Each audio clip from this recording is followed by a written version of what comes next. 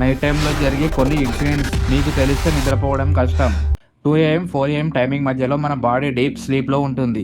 ఈ టైంలో heart rate, BP lowest స్టేజ్కి వెళ్తాయి. ఎందుకంటే ఈ టైంలో బ్రెయిన్ యొక్క సిగ్నల్స్ స్లో అవుతాయి.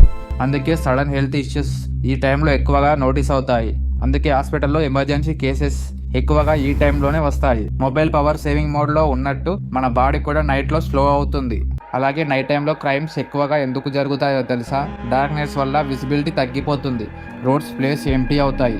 అంటే క్రిమినల్స్కి ఛాన్స్ ఎక్కువ, విట్నెస్ చాలా తక్కువ. ఎందుకంటే సీసీ కెమెరాస్ ఉన్నా కూడా ప్రతి చోట కవర్ చేయలేవు. కొన్ని బ్లైండ్ స్పాట్స్ ఎప్పుడూ ఉంటాయి. నైట్లో మన బ్రెయిన్ ఇల్యూషన్స్ క్రియేట్ చేస్తుంది. డార్క్నెస్ వల్ల క్లియర్గా కనిపించదు.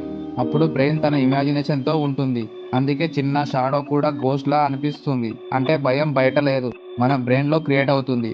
అందుకే నైట్లో చూసింది మార్నింగ్కి రియల్ కాదని తెలిసిపోతుంది. సో నైట్ టైంలో కనిపించేవన్నీ రియల్ అనుకోవద్దు. కొన్ని ఆలోచనలు మీ బ్రెయిన్ చేసినవి అయి ఉండొచ్చు.